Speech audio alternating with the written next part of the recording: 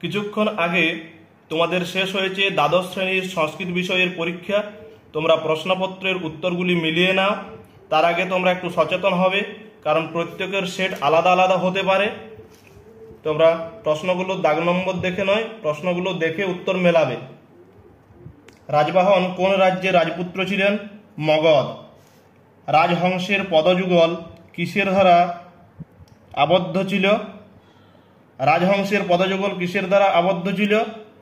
এটা রৌপ্য শৃঙ্খল করছি। এটা একটু ডাউট আছে। যদি এর উত্তর চেঞ্জ হয় আমরা পরে কমেন্টে দিয়ে দেব, তোমরা পিন কমেন্টটি লক্ষ্য করবে। বালচন্দ্রিকার স্বামী হলেন পুষ্পোদ্ভব।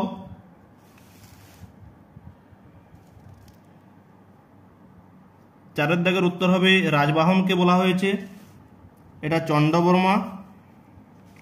এটাও একটু ডাউট রয়েছে। এটা সাধারণ মানুষেরা হবে, শ্রেষ্ঠ ব্যক্তিদের অনুসরণ করে। বিদ্যন্তি শব্দের অর্থ লাভ করা। সন্ধি বিচ্ছেদ অপশন সি উত্তর হবে। মন ও বুদ্ধির মধ্যে শ্রেষ্ঠকে? বুদ্ধি। কর্মেন্দ্রিয় কয়টি? 5টি।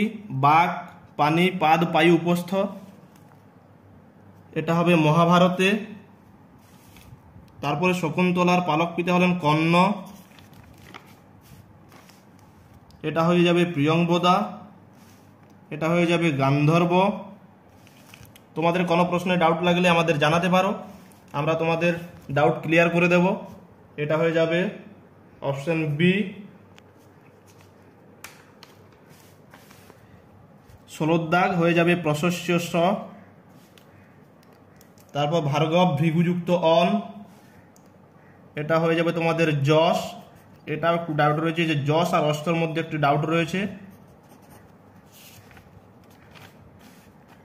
এটা তোমাদের হয়ে যাচ্ছে মতুপ প্রত্যয় হবে, বুদ্ধিযুক্ত মতুপ, বুদ্ধিমান বা বুদ্ধিবৎ। তোমাদের এটার উত্তর হয়ে যাবে অপশন ডি।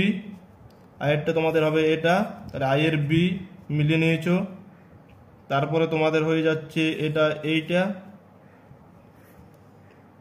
এটা হয়ে যাবে তোমাদের এইটা।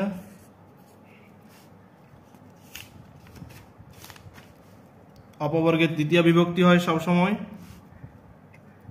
এটা হয়ে যাবে অপশন সি। তোমরা দেখতেই পাচ্ছ অখনাকান জেনাঙ্গ বিকার, অঙ্গের বিকার ঘটেছে।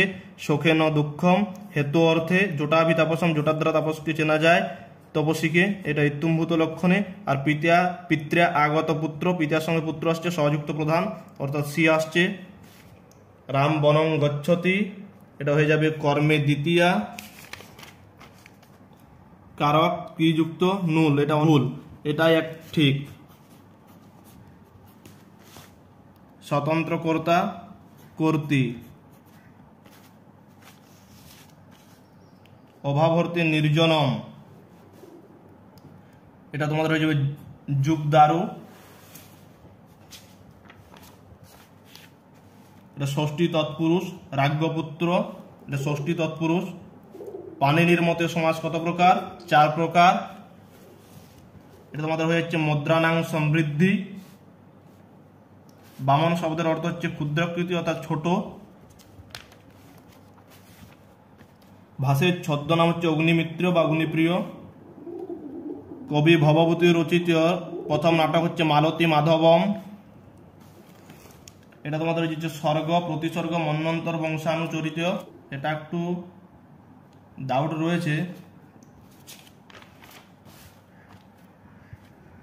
এটা হয়ে যাবে তোমাদের সর্ববৃহৎ পুরাণ হচ্ছে স্কন্দ পুরাণ।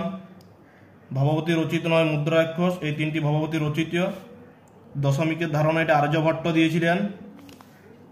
ধনাত্মক ঋণাত্মক ব্রহ্মগুপ্তের। কুমার সম্ভবের রচয়িতা হচ্ছে কালিদাস। যারা আমাদের সাহিত্যের ইতিহাসের ভিডিওগুলো দেখেছিলে তারা বুঝতে পারছো এই 10টা প্রশ্নের মধ্যে কতগুলো কমন পেয়েছো। মোটামুটি 7 থেকে 8টা প্রশ্ন আমাদের সাজেশনের মধ্য থেকে পড়েছে। ব্রহ্মস্ফুট সিদ্ধান্ত হবে ব্রহ্মগুপ্ত রচিত একটি গ্রন্থ। আজ এই পর্যন্তই, দেখা হচ্ছে পরবর্তী ভিডিওতে।